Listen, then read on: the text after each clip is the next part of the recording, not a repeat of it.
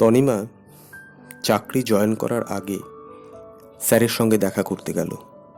বলল, স্যার, আপনার মার্কসবাদের থিওরি আমার ঠিক হজম হলো না, বই দুটি আপনাকে ফেরত দিতে এলাম, আর চাকরিতে জয়েনিংয়ের আগে একটা প্রণাম করে যাই। স্যার বললেন, তুমি তাড়াতাড়ি চাকরি করবে আমি ভাবিনি, কিন্তু আপনারই তো ভাবা দরকার ছিল স্যার। বশির কাকা আর দোকান দেখতে পারে না, কাকিমার তো আবার হাঁপের কষ্টটা বেড়েছে খুব, তিনি তো আবার চাচার বাড়ি গিয়ে শেল্টার নিয়েছেন, এমুখ আর হচ্ছেন না, তাহলে মানুষ দুটোর খরচ চলবে কি করে? তা তুমি তো চলে যাচ্ছ, ওদের দেখভাল করবে কে? সুদক্ষিণাকে দায়িত্ব দিয়েছি স্যার, তাছাড়া শনিবার করে তো আমি ফিরব। স্যার বললেন, তুমি শুনেছ তো আমি দিল্লি যাচ্ছি কয়েক মাসের জন্য, সেজন্য বলছি তুমি আমার বাড়িতে থেকো। আমার মেয়ে এবং স্ত্রী তোমার কথা বিশেষভাবে বলেছে। কিন্তু স্যার, কোনো কিন্তু নয় তনিমা, আসলে তুমি হয়তো জানো না, তুমি যে স্কুলে চাকরি করতে যাচ্ছ তার হেড ম্যাম কিন্তু আমার স্ত্রী। তাই নাকি স্যার? তাহলে কি আমার চাকরিটা... না তনিমা, আমি তো কালই প্রথম তোমার নামটা শুনলাম, তাই বলুন স্যার, আমার তো আত্মবিশ্বাস চলে যাচ্ছিল। স্যারকে প্রণাম করতে স্যার বললেন, রেজাল্ট বেরোলে আমার সঙ্গে যোগাযোগ করো। তনিমা মাথা নেড়ে বেরিয়ে এলো স্যারের রুম থেকে। কুটুস ব্যাগপত্র নিয়ে তার সঙ্গে কলকাতা যাচ্ছে। সুদক্ষিণাকে বলেছে, তনিমা তোর বন্ধু, কিন্তু জোর করে আমার পিছু নিচ্ছে। সুদক্ষিণা বলল, ও নিয়ে তুই ভাবিস না, হামিদ যদি ফিরে আসে আমি না হয় কদিন তাকে দিয়ে কুটুসের কাজটা চালিয়ে নেব, তোর কোনো আপত্তি নেই তো? কেন আপত্তি থাকবে? আমরা তিনজন বন্ধু ছিলাম, আছি, থাকবো। মনে নেই তোর, আমরা তিনজনে এক পাতে বসে কাকিমার কাছে খেয়েছি, তখন হামিদ কেমন বলতো, মা ওদের এ মাংস খাওয়া বারণ। কাকিমা বলতো, কিরে তোরা খাবি না? তুই জোর গলায় বলতিস, হ্যাঁ আমরা খাবো। সুদক্ষিণা বলল, মনে নেই আবার? তোর বাড়িতে গিয়ে দেদার মিথ্যে বলে তবে তোর মার হাত থেকে তোকে বাঁচাতাম। আমার বাড়িতে কোনো ঝামেলাই ছিল না, কারণ আমার মা বাবা দুজনেই বাইরে থাকতেন, আর থাকলেও আমার বাবা বলে দিত ওকে আমি বাইরে পাঠাবো, ওর খাওয়া নিয়ে কোনো নিষেধ চলবে না। আমি তো বাবার কাছ থেকে হুইস্কিও খেয়েছি। যাক, হামিদ এলে ওকে শনিবার পর্যন্ত আটকে রাখার দায়িত্ব আমার থাকলো।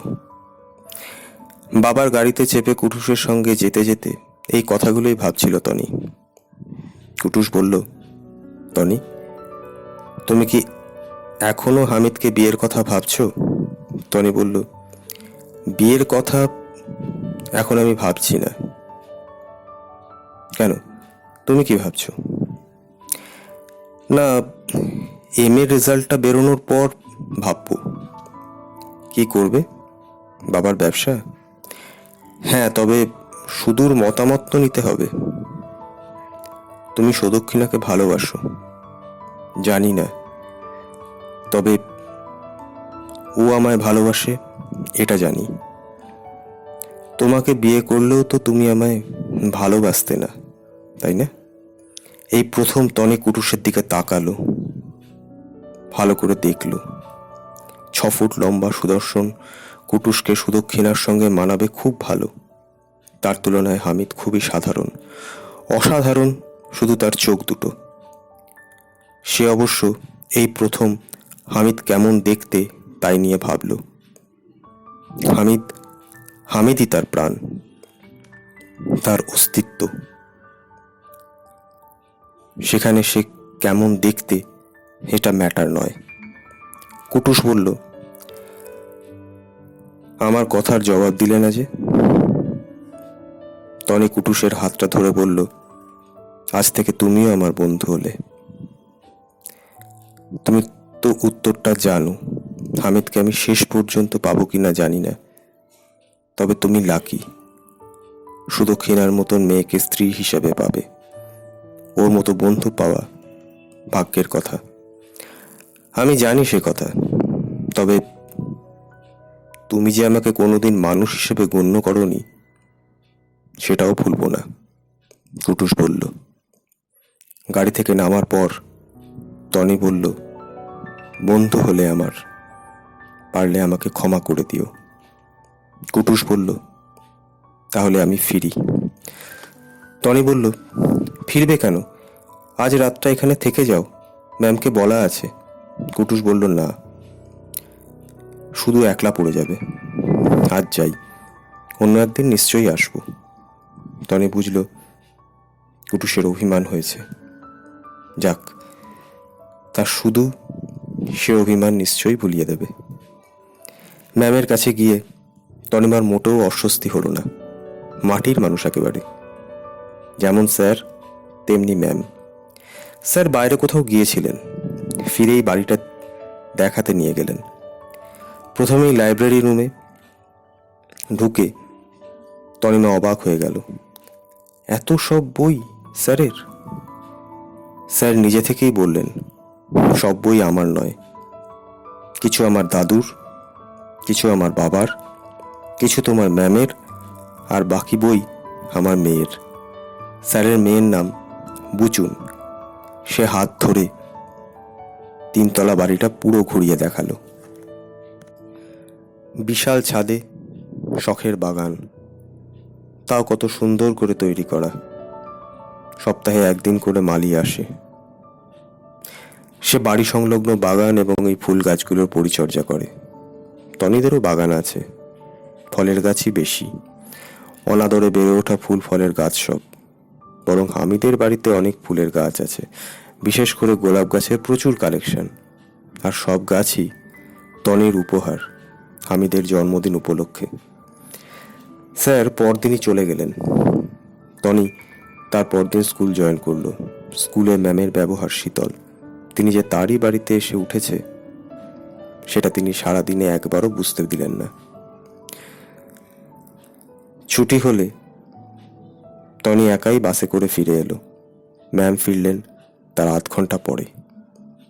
আবার কালকের মতোই ম্যাম টনিকে চা দিলেন, তারপর বললেন, তুমি একটু বিশ্রাম নাও, আবার সন্ধ্যার সময় মেয়ে ফিরলে টিফিন করবো একসঙ্গে।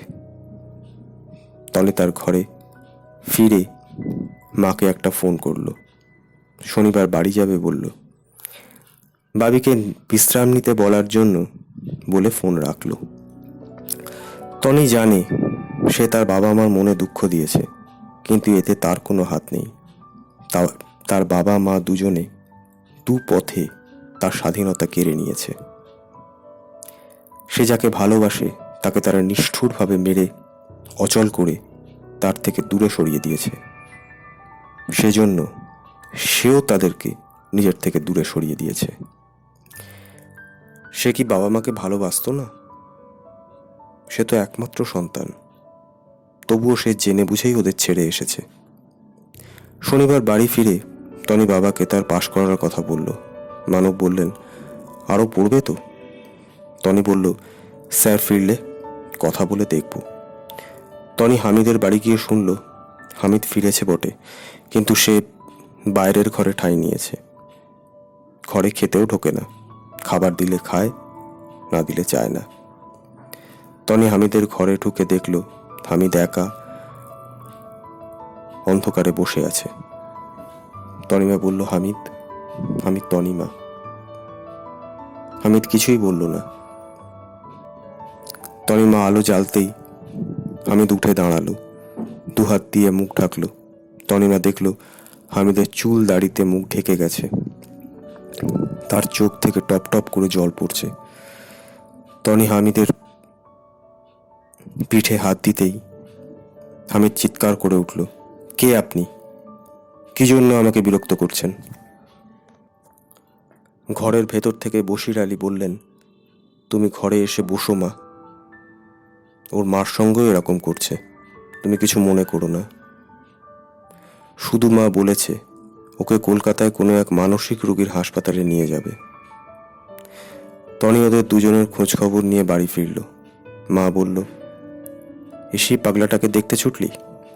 টনি ভাবল, এর থেকে বাবা যদি ওকে পুরো মেরে ফেলতো তাহলে হয়তো হামিদ এই জীবন থেকে মুক্তি পেত, সঙ্গে টনিও মরার সিদ্ধান্ত নিতে পারত। রবিবারই টনি স্যারের ওখানে চলে গেল।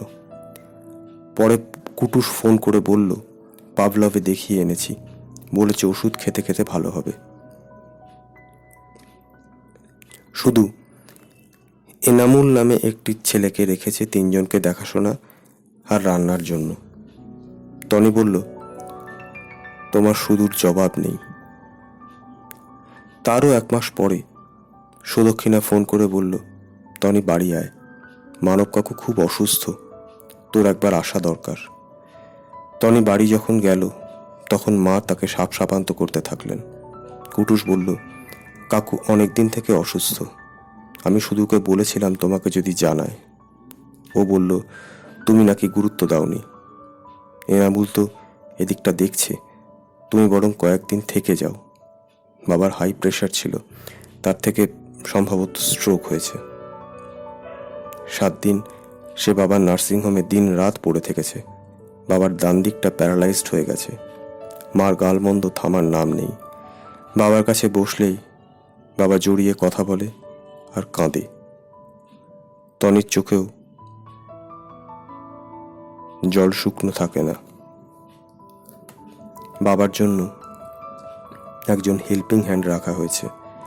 বাবা ঘুমিয়ে পড়লে সে রাতে বাগানে নেমে যায়। সে বলেছে বলে বাবা রজনীগন্ধার চাষ করেছে। টনি ফুল বাগানে ঘুরতে ঘুরতে ভাবে, সে কাউকেই খুশি করতে পারল না।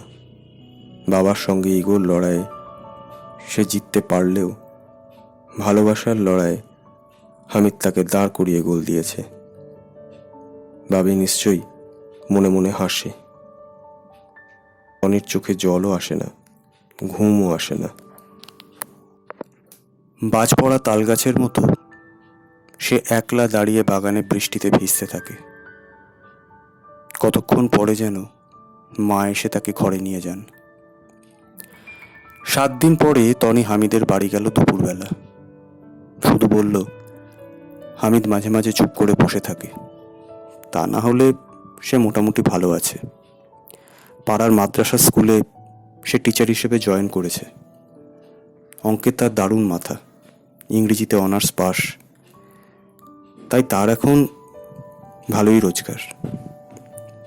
কিন্তু মাঝে মধ্যে সে ঝুলি নিয়ে ফকির সাজে। তখন দয়া করে মাদ্রাসা থেকে তার বাড়িতে মাইনে পাঠিয়ে দেয়। যা হোক করে দিন গড়িয়ে যায়।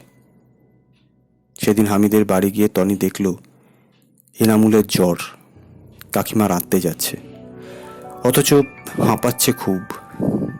টনি বলল, আমি রান্না করব, ফকির বাবা খাবে তো? এখন তো অনেক ভালো, তবে বাইরের ঘরেই খায়। আজ আবার সন্ধেবেলায় মজলিস বসবে, কুটুস আর শুধুও আসবে। খিচুড়ি রান্না করে টনিমা হামিদের আম্মাকে বলল, যাও কাকি, তোমার পীর হামিদ মোল্লাকে দিয়ে এসো, দেখো আবার হিঁদুর রান্না খায় কিনা। কাকিমা বললেন, ও তো এমন ছিল না মা, কে যে এমন নিষ্ঠুরভাবে ওকে মারল কে জানে। আমিনা খিচুড়ি নিয়ে হামিদকে বললেন, টনি রেঁধেছে, তুমি খাবা? হামিদ মেজের উপর পাটি পেতে উবুর হয়ে বসে আছে। টনি ঘরের দরজা দিয়ে উঁকি মেরে সব দেখছিল। আমিনা বললেন, ও কি বসনের সিঁড়ি, ভদ্দর পোলা ওইভাবে বসনে বাপ। তিনি হামিদকে বললেন, বাড়িতে তুমি পোলা, আমি আম্মু, খাও আমার হাতে। হামিদ চুপচাপ মায়ের হাত থেকে খিচুড়ি আর ডিম ভাজা খাচ্ছে দেখে আমিনা বললেন, ও খুকি, আরো দে মা। তনিমা পর্দার আড়াল থেকে এক বাটি খিচুড়ি হাত বাড়িয়ে দিয়ে বশিরের কাছে গেল। বশির বললেন, মা, পোলার আমার মতির ঠিক নাই, ও বড় মুরব্বি পেয়ে যদি ভালো থাকে তাহলে আমরা কে কও দেখি ওকে 7 বার।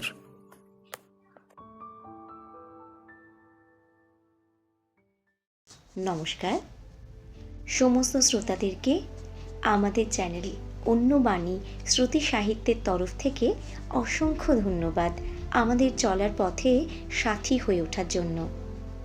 আপনাদের সকলের আগ্রহ, সহযোগিতা ও শুভ কামনা ছাড়া আমরা এগোতে পারবো না।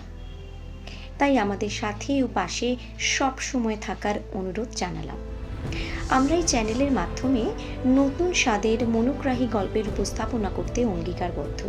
তাই আপনাদেরকে অনুরোধ, আপনারা চ্যানেলটি সাবস্ক্রাইব করুন, লাইক করুন, ভিডিওগুলিতে কমেন্ট করুন এবং বেল আইকন প্রেস করে মনোগ্রাহী শ্রুতি সাহিত্য উপভোগ করুন।